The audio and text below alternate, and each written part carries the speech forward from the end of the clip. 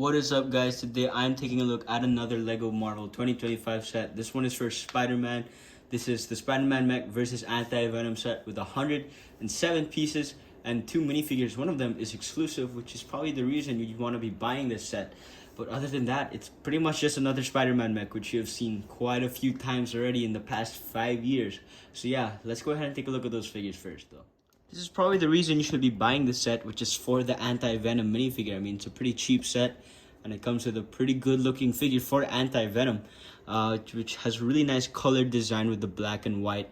He even has this little accessory, which is sort of an extension of his little symbiote tentacles or whatever.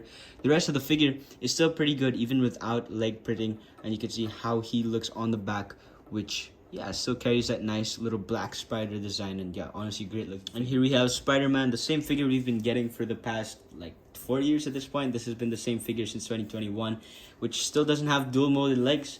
They occasionally give it to him, but for now we don't have him, so I don't know why they don't have the dual molded legs. I think they should have definitely included it, but the rest of the figure is still great. You can see the great torso printing and even side arm printing, which I think is perfect, and just a great looking mask overall. So I think honestly really the only missing part of this figure's leg detailing on it, which they've had for quite a lot of Spider-Man figures, so I don't know why they don't have it this time. He's also got his set of little accessories. It's this big little web blast piece there, which actually does come into play into the mech, so let's get into that. So it seems the Spider-Mech has returned for another time, and honestly I don't hate this build. I actually quite like the color scheme of it, with the very vibrant blue and red and bits of white out there. I think it all matches well.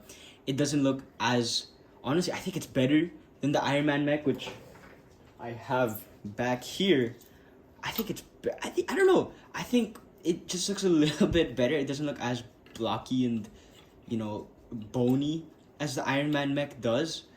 I don't know, I think it looks better, guys. It still uses those Ninjago arms and legs pieces that they use for like mechs and stuff, that are just kind of like one solid piece. So at times, if it's not done right, it can look kind of blocky and weird.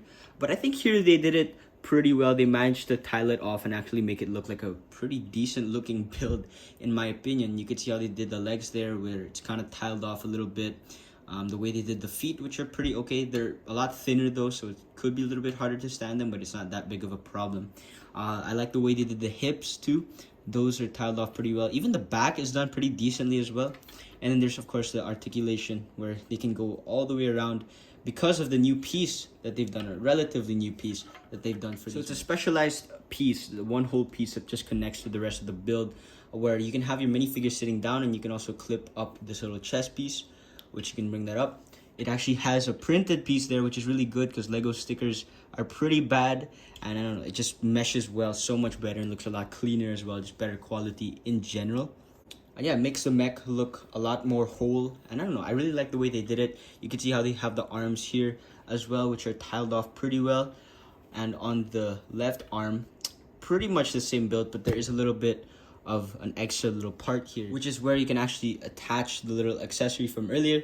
You just disconnect this little accessory piece there that Spider-Man was holding, and then you can connect it through the tube there, and then you slide it through. You can sort of have this Spider-Mech sort of shooting out a web there, which I think is a pretty cool design. One last thing I love is that they even include a little clip there, which you kind of saw earlier, for that piece that you just took off, and then you can just clip it on there. And I think it works really well. So like, everything is attached there, and you don't really have any pieces lying around. And I think it looks pretty good.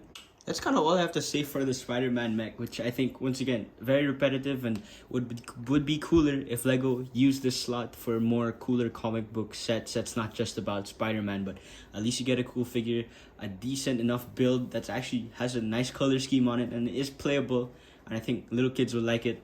I don't know how much people actually want to just keep getting these mechs for the past. I mean, it's been 5 years. They should just do different kinds of sets where they could still release these figures, like a different kind of cheap set that's like, you also can get for the build and not just for the figures. Because I think the mech sets you really get for the minifigures, and which I'm glad that they're including 2 minifigures now, which is pretty good. They've done that for all the mechs this year, which I hope they continue.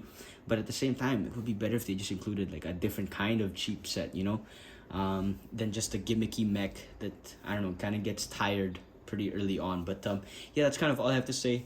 for this video, guys. Hope you enjoyed. Just try the subscribe button and the like button. And I'll see you in the next video. Bye bye.